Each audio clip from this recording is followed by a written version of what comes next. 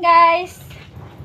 For today's video guys, magmukbang na sad ko kapayas guys. Kay aray ko. Nahinog lang po akong tanom guys. Munang magkalingaw na po ko anig kaon sa akong sariling tanom. Silayson tanay guys, kay mo di makaya. Dako ra kay siya guys. Yan. Ayan guys. Mga ano sa tani kapayas. Kuhaan sa nato ni gliso guys. Kay di magsilbig apilon to gliso. Tulon ang gliso no.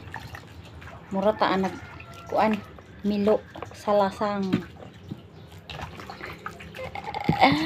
Mura tag milo. Maral.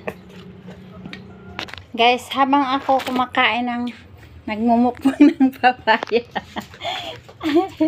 Yung anak ko naman guys, yung nagmumukbang rin siya ng mga hilaw na gulay.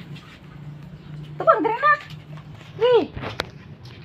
Ayan guys. Ayan. Parang kambing yung anak ko guys.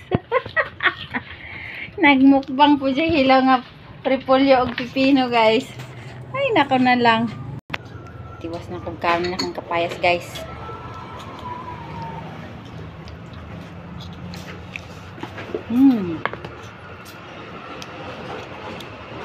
Lahira jud ang prutas guys nga mahinog sa punuan. And then wala siya abono.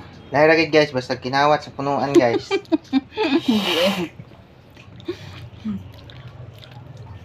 Pag naakay tanong guys, jud ka mapas mo.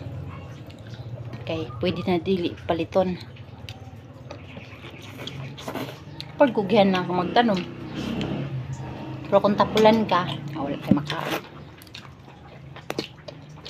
Pwede. Ayan, ubos na yung isa guys. Ito na naman. Pag init ang panahon guys, lamay jud ikaw og prutas. Labi na kong tamis kay imong prutas kay kinuha nimo gikan sa imong sariling punuan.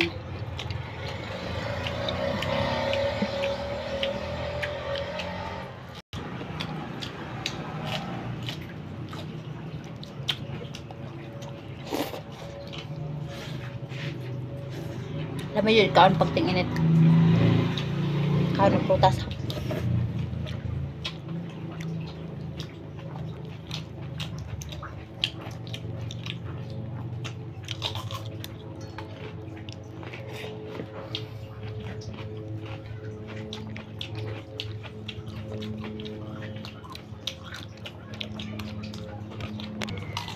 Guys, hurot na ko jud guys ang isa kadako nga kapayas. May lahing milo po na guys.